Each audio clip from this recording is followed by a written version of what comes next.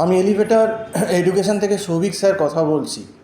যারা 2026-এ ওয়েস্ট বেঙ্গল জেকা দেবে বলে মনস্থির একদম করেই ফেলেছো, তাদেরকে কিন্তু আমি একটি কথাই বলবো, যারা কিন্তু ওয়েস্ট বেঙ্গল জেকা দিয়ে মনে করছো যে যাদবপুর, ক্যালকাটা ইউনিভার্সিটি, কল্যাণী মানে গভর্নমেন্ট কলেজগুলোয় পাওয়ার কথা ভাবছো, তাদের কিন্তু 2026-এর জেকা এখন থেকেই প্রফেশনালি কিন্তু প্রস্তুতি শুরু করে দিতে হবে।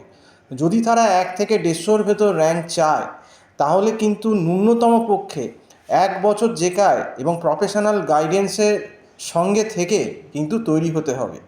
কারণ জেকার সিলেবাস কিন্তু যে লেটেস্ট সিলেবাসটা কম্পিউটার অ্যাপ্লিকেশনের উপর দিয়ে রেখেছে চলছে, এবং এই সিলেবাসটাই লেটেস্ট। এই সিলেবাসের ওপরও এবছরও পরীক্ষা হবে, সামনের বারও পরীক্ষা হবে। কোনো চেঞ্জ কিন্তু এখনও নোটিফিকেশান করেনি ওয়েস্ট বেঙ্গল জয়েন্ট বোর্ড। এবং জেকার অলরেডি আজকে জুন প্রায় 4 তারিখ হয়ে গেল। কাজেই এইবার কিন্তু সময়, যারা কিন্তু ওয়েস্ট বেঙ্গল জেকা 2026-এ মনে করছো দেবে, এখন থেকেই কিন্তু শুরু করে দেওয়ার এটাই সময়।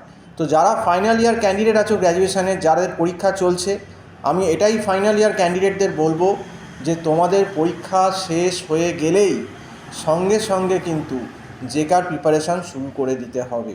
নইলে কিন্তু ওই 1 থেকে 150-র ভেতর র্যাঙ্ক কিন্তু কখনো আসবে না। ওই তোমার র্যাঙ্ক সেই 700, 800, 1000, 1500 এই জায়গায় চলে যাবে। সেই তোমাকে এই ম্যাকআউটের প্রাইভেট কলেজে গিয়ে অ্যাডমিশান নিতে হবে।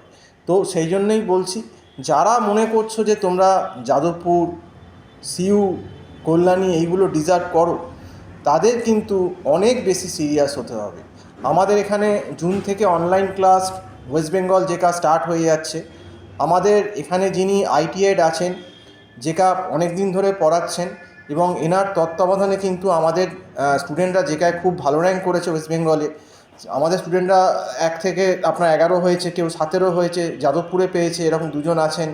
ক্যালকাটা ইউনিভার্সিটিতে পেয়েছে অনেকজন, কল্যাণীতে পেয়েছে। আমাদের জেকায় 11, 17, 72, 70, 62 এরকম র্যাঙ্ক হয়েছে। 100-র মধ্যে র্যাঙ্ক হয়েছে, আবার 120, 150 এরকমও র্যাঙ্ক হয়েছে।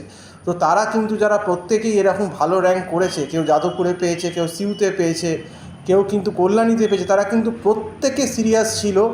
এবং প্রত্যেকে কিন্তু আমাদের যে সিনিয়র ফ্যাকাল্টি মিস্টার চন্দন বোস আছেন আইটি, তার গাইডলাইন অনুযায়ী কিন্তু তারা প্রিপারেশান নিয়েছিল।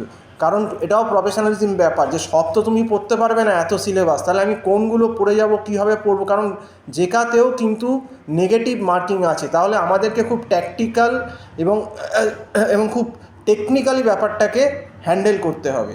এবং সেই জন্যে কিন্তু আমাদের এখানে মক টেস্টেরও ব্যবস্থা আছে। সেই মক টেস্ট দিলেই কিন্তু স্টুডেন্টরা বুঝতে পারবে তারা কোন জায়গায় দাঁড়িয়ে আছে। তো যাই হোক, আমাদের নাম্বারটা চন্দন স্যারের আমি টাইটেলে দিয়ে দিলাম। যারা জেকার প্রিপারেশনের জন্য প্রস্তুত, তারা ওনার সঙ্গে নিশ্চয়ই যোগাযোগ করো।